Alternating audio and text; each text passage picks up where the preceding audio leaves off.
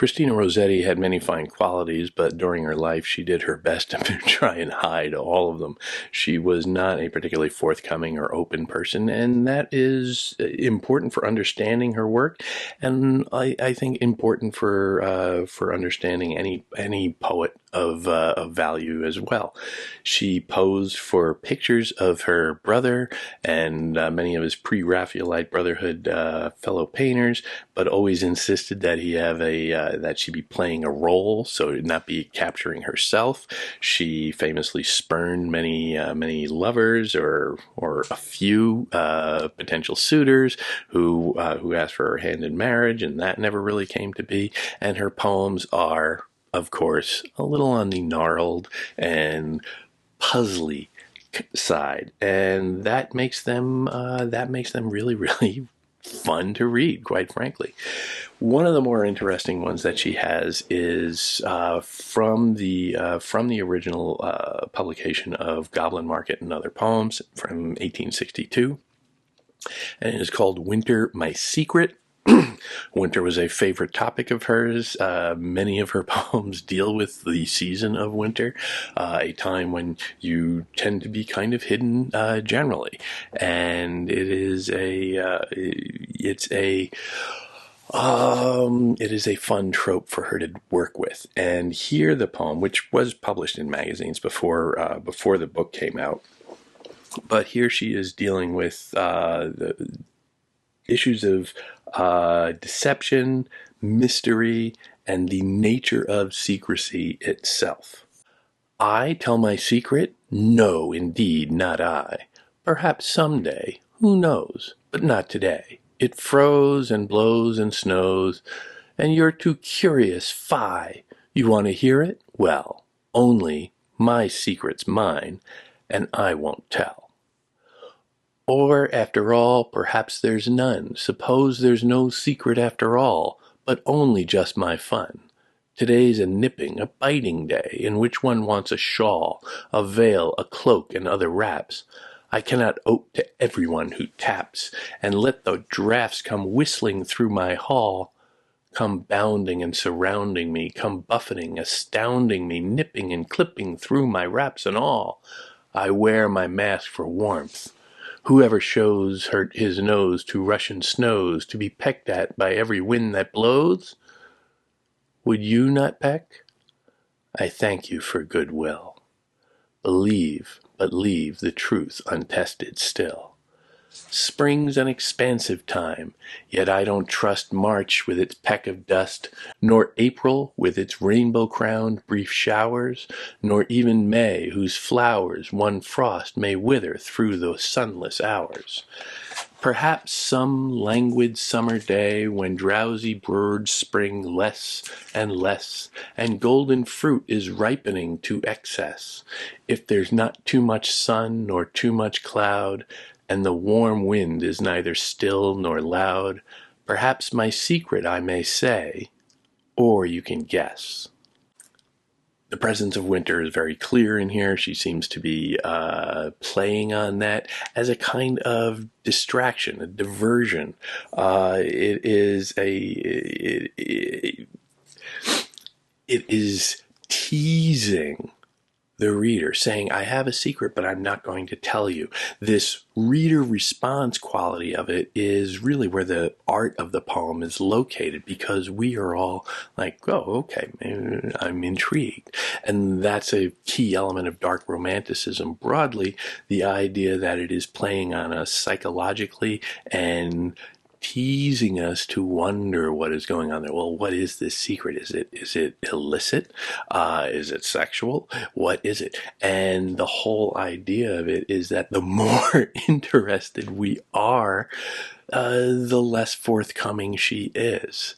And when we start to lean back, then she throws out another idea, and we're leaning forward again. And she is playing with us in a very calculated power play, where she has all the strength, and we are just the willing victims going along. And there's a little bit of a feminist argument going on there, even though she really wasn't a feminist. The playfulness itself might even be sexually charged. Just a nipping day, a biting day in which one wants a shawl, a veil, a cloak, or other wraps. I cannot ope to everyone who taps and lets the drafts come whistling through my hall. Everyone who taps, tap, tap, tap on the window, oh, I'll open my window, and oh, suddenly I'm all drafty, I'm exposed, and I am cold. That is a violation, and the sexual overtones, I think, are not hard to spot. That comes about, I would say, as the poem is kind of at war with itself, or at least the consciousness of the poem is jostling back and forth between the revelatory and the revelatory mode, and also the blocking mode, saying, no, I'm not going to reveal anything at all. And that comes about an awful lot in just, mere subject changes. The first couple of times that winter intercedes, it seems to be a change of subject. Like you start talking about the weather when you don't want to talk about what you are hinting at. Like, oh, you're getting a little close. You're pressuring me. Oh, look how nice it is outside. Or, oh, look how cold it is outside.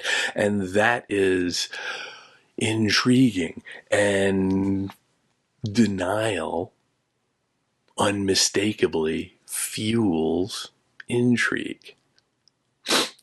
At bottom, Christina Rossetti's personal sense of privacy is largely the subject of the poem. She is an enigmatic figure. She did, on a biological or a biographical level, biological as well, she kept herself somewhat sequestered, somewhat apart. She never married. She was an invalid for most of her life.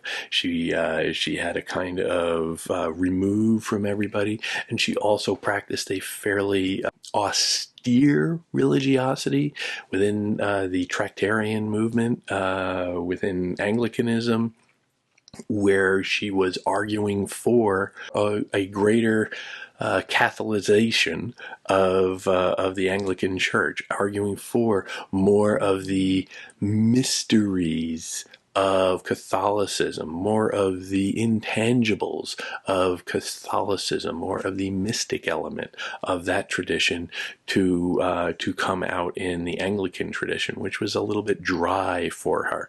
And her work is nothing like dry. It might be cold, she might be focused on the cold very frequently, and she is, but it's usually about the heat within the cold. And that's really a primary issue going on here, because towards the end of this poem, she does sort of hint at what is possible if it wasn't so cold, and what is underneath the cold. The idea that, well, maybe sometime in the future I will tell you my secret. Spring's an expansive time, yet I don't trust March with its peck of dust, nor April with its rainbow-crowned brief showers, nor even May, whose flowers one frost may wither through the sunless hours. Perhaps one frost withering through the sunless hours. Perhaps taking a little shot at some of the suitors who have come by, and she found to be lacking in a kind of rigor or consistency. That all right, you're not for me. But then she gets to summer. Perhaps some languid summer day when drowsy birds sing less and less and golden fruit is ripening to excess. Languid is such a sexualized adjective, isn't it? That kind of lack of rigor, that kind of indolence that just leads to sexuality. And she, generally being a very firm, very chaste woman all her life, is always aware of, well, okay, what happens if you just drop that rigor a little bit? What if you just relax it a little bit? What happens? And that sense that, well, maybe in the summer when fruit is ripening, that's, that's a symbol that's not hard to unpack right there. Maybe at that point, maybe then I'll tell you my secret. And again, that sexual nature of the secret. What is the secret? Is telling a secret a euphemism for? I maybe it's certainly not it's certainly not a possibility, but it's the idea of something hidden within, and maybe in the heat, maybe in the languid summer, things are possible. Maybe your walls drop just a little bit. You can open that window and things can get a little bit looser and you might tell the secret. But of course, she doesn't. Perhaps my secret I may say, or you may guess. And that last line, or you may guess, obviously, uh, formally, this is a very irregular poem, but it does maintain a fairly complicated rhyme scheme throughout, or at least a habit of rhyming, and that "or you may guess" is one of those sort of dead notes at the end. The line comes up short, so it kind of breaks the meter. It does rhyme with less and excess, so it maintains a kind of rhyme, but it lands differently and it leaves you wanting more. Mostly because of the lack of rhythm, mostly because the lack of the meter, because you know the line is supposed to go on, and so that almost ends not just in a period, but in an ellipse, or you can guess, and then the remainder is the secret. The remainder of that line is what you want to know, but never ever will.